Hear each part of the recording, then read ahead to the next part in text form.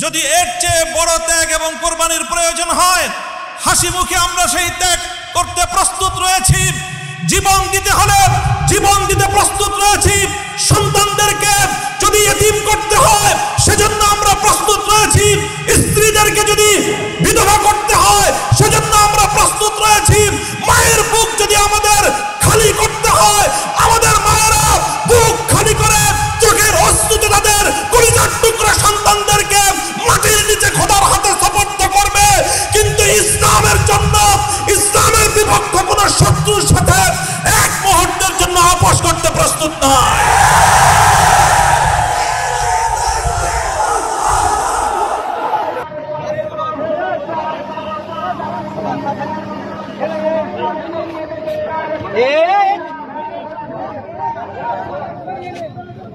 দেখা যায় না রে।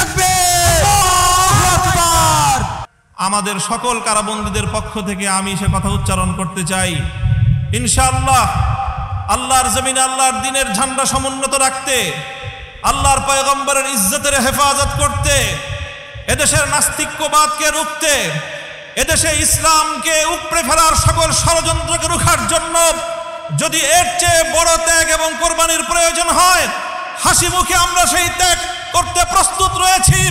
জীবন দিতে হলে জীবন দিতে প্রস্তুত রয়েছি। সন্তানদেরকে যদি এতিম করতে হয় সেজন্য আমরা প্রস্তুত রয়েছি। স্ত্রীদেরকে যদি বিধবা করতে হয় সেজন্য আমরা প্রস্তুত রয়েছি। মায়ের বুক যদি আমাদের খালি করতে হয়, আমাদের মায়েরা বুক খালি করে চোখের অশ্রুতে তাদের কলিজার টুকরা সন্তানদেরকে মাটির নিচে খোদার হাতে সুপর্দ করবে।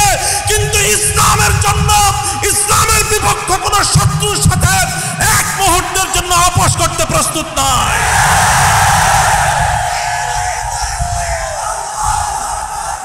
সময় কম, আমার স্পষ্ট পয়গাম, সব অন্যায়ের ক্ষমা রয়েছে, গাদ্দারি আর বিশ্বাসঘাতকতার কোনো ক্ষমা নাই। যারা গাদ্দার এবং বিশ্বাসঘাতক হিসেবে পরিচিত হবে, প্রমাণিত হবে, আগামী দিনে তাওহীদি জনতা তাদেরকে ঠাঁই দেবেন না ইনশাআল্লাহ। ওলামায়ে কেরাম, হেফাজত নেতৃবৃন্দ যেভাবে শপথে বলিয়ান হলেন, যারা আমাদেরকে এভাবে সমর্থন যোগাচ্ছেন, আপনারা তো সমর্থন যোগাচ্ছেন, কিন্তু আপনারা কি কথাটা টের পান যে আপনাদের এই অভূতপূর্ব সমর্থনের কারণে রাষ্ট্রযন্ত্রের পক্ষ থেকে আমাদের উপর চাপটা কিন্তু আরো বেশি বেড়ে যায়।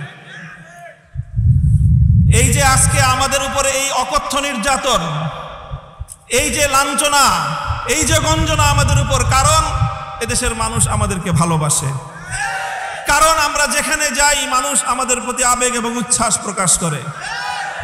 এখন আপনারা যদি আবেগ আর উচ্ছ্বাস প্রকাশ করে ঘরে গিয়ে বসে থাকেন চুপ করে, তাহলে আমাদের উপর কিন্তু চাপটা, জুলুমের স্টিম রোলারটা আমাদেরকে কিন্তু নিষ্পেষণ করে দিবে। তখন আপনাদের আবেগ প্রকাশ করার কিন্তু আর কোনো জায়গা অবশিষ্ট থাকবে না। এই জন্য আমি আজ আমাদের আমির, এই জনপদের সকল আলেম ওলামার আমির, এই জনপদের কোটি কোটি তৌহিদি জনতার অবিসংবাদিত আধ্যাত্মিক রাহবার আল্লামা মুহিবুল্লাহ বাবুনগরীর এই মজমাকে সারা দেশের প্রতিনিধিত্বশীল মজমা হিসেবে গ্রহণ করে আমি জাতির কাছ থেকে জিজ্ঞাসা করতে চাই, আগামী দিনে ইসলামের কথা বলার অপরাধে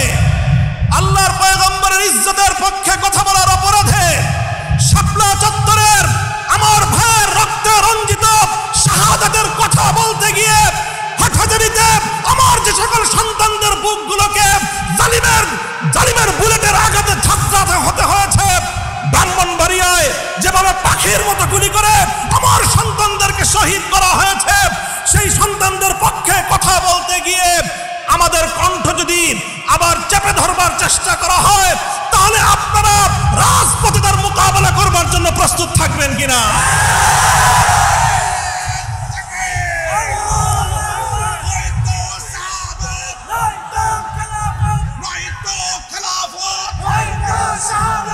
সংগ্রামী সাথী ও বন্ধুগণ,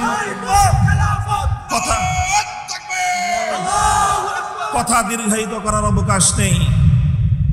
আমি আমার দীর্ঘ কারাবন্দিত্বের সময়ে আল্লাহ পাক রব্বুল আলামিনের রহমতের উপর আমার আস্থা, অবিচল বিশ্বাস ছিল যে আল্লাহ রব্বুল আলামিন নতিজা ভালো করবেন, উত্তম ফলাফল আমাদেরকে দিবেন, সে আস্থা এবং বিশ্বাস ছিল। প্রথম দিকে যখন আমাদের মরহুম আমির হেফাজত আল্লামা জুনায়েদ বাবুনগরী হাফিজাহুল্লাহ তাআলা, তাকে আমরা জীবিত রেখে কারাগারে বন্দী হয়েছিলাম, তার উপর একটা বড় আমাদের আস্থা ছিল যে তিনি ইনশাআল্লাহ এই বন্দী মুসলিম আলেমদের জন্য, শহীদ আমাদের সন্তানদের জন্য, ব্রাহ্মণবাড়িয়ায় বীরবিচারে হত্যাকাণ্ডের শিকার আমার শহীদ ভাইদের এই হত্যার বিচার আমাদের এই জন্মভূমিতে প্রতিষ্ঠিত করবার জন্য তিনি বলিষ্ঠ ভূমিকা পালন করবেন। আমাদের কারাবন্দীদের পক্ষে তিনি জাতিকে, জনমতকে সংগঠিত করবার জন্য বলিষ্ঠ ভূমিকা রাখবেন।